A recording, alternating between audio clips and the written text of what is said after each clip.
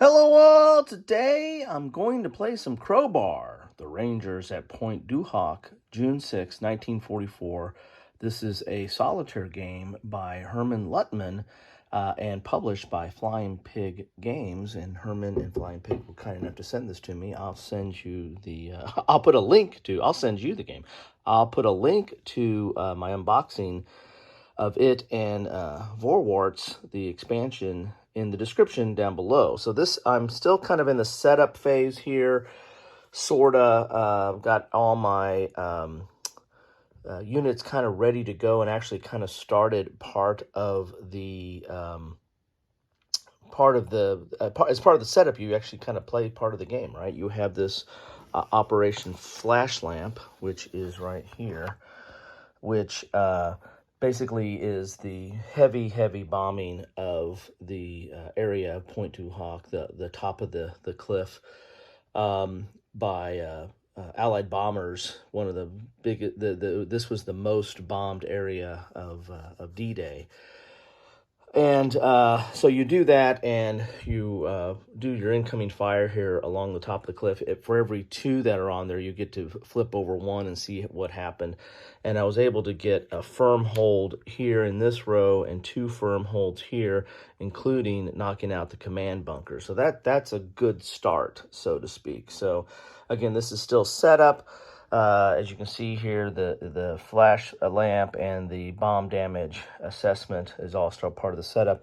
Then I'll do the pre-game invasion, which you activate one of the groups here. We have Easy, Dog, and Fox are the different groups here, and you're going to activate one of them and start the launch to the beach. So again, not too complicated of a setup. I've got some grenadiers and machine gunners for the Germans that will come in later on. We've put our gun placements. We don't know where the guns are at. This is what the mission is of Pointe du Hoc, is to get the to find the guns that will be bombing the rest of the beaches.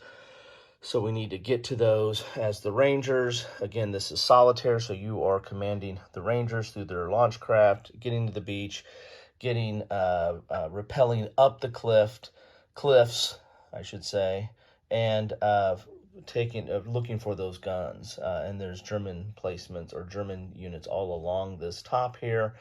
There's also events that will be coming in through the chits, I should say.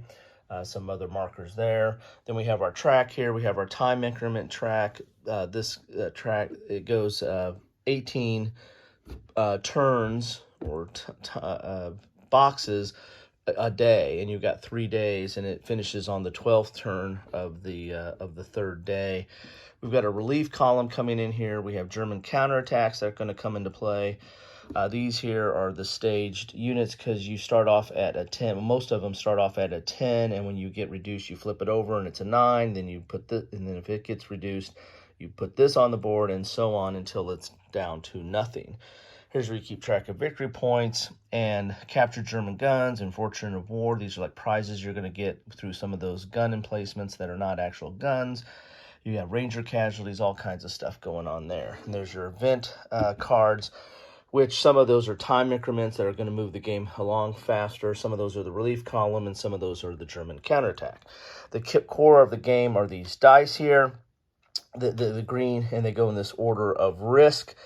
These are the least risky, but they are the least effective, to the most risky, but they have the biggest rewards on them as far as advancing. You want to have arrows to advance. This is a pushing forward or pushing inward into the top of the cliff. You always want to be moving forward here with your Rangers, and these dice kind of reflect that in their risk-reward ratios. Anyway, that's what I have for you. I'm probably not going to do a turn by turn. I'll see how this plays, but at the very least, I will come back at the end and tell you how I did. So looking forward very much to playing Crowbar by Herman Luttman and published by Flying Pig Games. This looks like a very interesting game.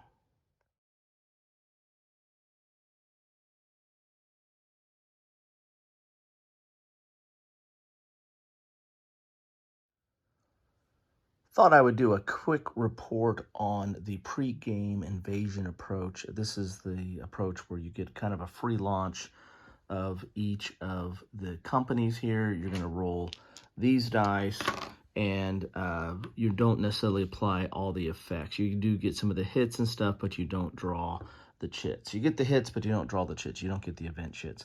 And this is what I kind of ended up with. Got a pretty good movement here. One boat here took a hit. Well, actually had a routed, so got a shaken, and they are no movement for them. No soup for them. The other ones, I've got 2 ashore or 3 ashore. You're supposed to do a J projector launch, but on this one and this one I didn't, since those were already firm holes that came from the previous phase, kind of the crumbling of the cliff from the bombing, the pre-bombing. I did do a J projector launch here and got a shaky hold, which is better than no hold at all. So whenever one of these landing crafts hit the beach, they're able to do a J launch, which is basically they kind of did a grappling hook and shot up to the cliff. And some of them, it really wasn't that effective, but some of them, you know, this one got a shaky hold. You do have a chance to get a firm hold, but it's really hard. You got to roll box cars to get a firm hold, and I rolled a 10 and got a shaky hold. So there you have it. That is where we're at after the pre-game invasion approach. Now we're ready for regular gameplay.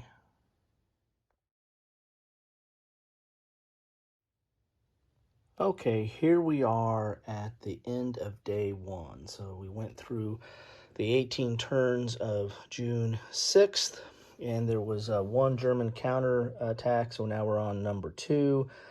Relief column didn't advance very far. We now are at the beginning of June 7th. And everybody got on the beach, got up, and we are progressing methodically along here. Been bringing up the rally points where possible through the consolidate action. As far as guns, found 1 gun. Everything else was false reports or rubble or dummies or what have you. But captured 1 gun and got 1 Fortune of War prize, Fortune of War prizes.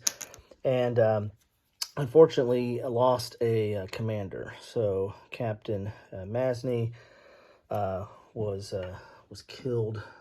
There's a procedure to roll who it was, and I picked him, and then I rolled him again. So rolled the same number, so rolled doubles. So that's where we're at. So far, so good. You know, bringing the rally point up, you're able to use a consolidate action to increase your strength points, and have done that a few times. Dog company right here, the one that's carrying the supplies, is in a little bit of trouble there, down to a 2. Everybody else is generally okay here, and we'll see what happens on June 7th.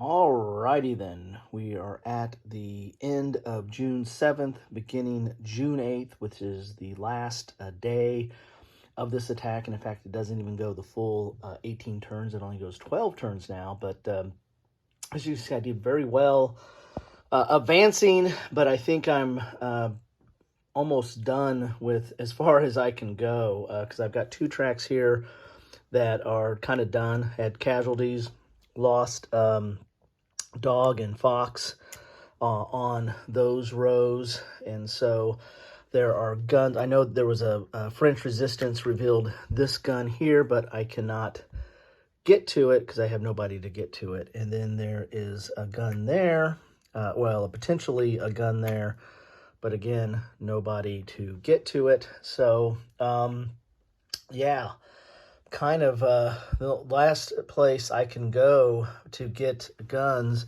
is up here in this very top corner. There's 3 guns up there, or 3 potential gun placements up there. That's it to get to. I'm kind of slim pickings anywhere else, and have taken quite a bit of casualties. Got a couple of war prizes ammo dump destroyed, and officers captured. And then we found 1, 2, and 3 guns. But that might be it. There's that 4th gun right there. So I think there might only be 4 guns. So maybe there's nothing left to get up there at the top. So anyway, did very good on June 6th and did generally pretty well on June 7th. Started getting some casualties there. But I think I'm kind of towards the end of what I can do. Stay tuned. Well, here we go. It is D-Day. Actually, it's June 8th, the end of June 8th, or actually the end of turn 12 on June 8th, and this is where we ended up. Went to the time increment of 12. The relief track did not get the relief column did not get all the way to the end, so I'm going to lose points for each space that I did not do that. There was... got another attack up there, but that didn't really play out that much, another counterattack. And here's where we ended up. So never quite got to these guns up here. So let's see what we had up here. Oh, we had 2 guns and a dummy gun. So I could have gotten 2 more guns. That would have been 1 victory point each, but alas did not get to them, and they kind of took a lot of hits there. So that was really rough on them. Was able to secure roadblocks for Fox Company and Dog Company and for Easy Company. So that's going to get me some points on the roadblocks at the end here. And did not have any casualties at the end of June 8th, but that doesn't get you any points. But I did have casualties here. Did not have casualties on June 6th. Other than an officer. I don't think that counts as a casualty. If it does count as a casualty, then my victory point total is going to be adjusted by 10 points. If it does not, then I think I got my victory points correct here. I ended up with 85 victory points. I got 10 for the gun found on the 6th. I got 2 guns found on the 7th, so that's 10 points.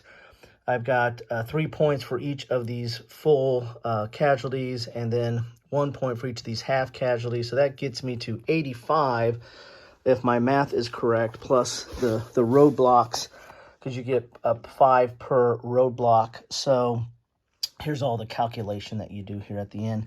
So 85 is a minor victory, and I thought I did really well. This was the best I've clipped at this, especially on the 6th and 7th. So I thought I might be able to get there, but alas, I was not able to find those last 2 guns up there in the far corner of the map right over there. So there you have it. This is my play of Crowbar. I did not play Vorwärts, which is basically an expansion. It adds the ability to play the Germans, and it also adds some shorter scenarios where you're playing, one of the different companies, and so it makes the scenario a little bit shorter because you're not having to keep track of all these different units that are moving along. But generally liked it. I like the gameplay, this system of the dice down here that move the action forward or stalls the action if you get a stop sign on there. And also brings out a lot of the chits here. The action chits, went through all those. Which the event shits, I should say, both the Ranger and the Germans, which adds a little bit of variety to the mix and makes you have to adapt on the fly. So there you have it. Minor victory in Crowbar. Let's see what I can do next time, but love to know your thoughts and comments on this game. Or, I probably played some stuff wrong, as I am apt to do, and feel free to chime in on that if you like as well. Anyway, thanks all. Take care.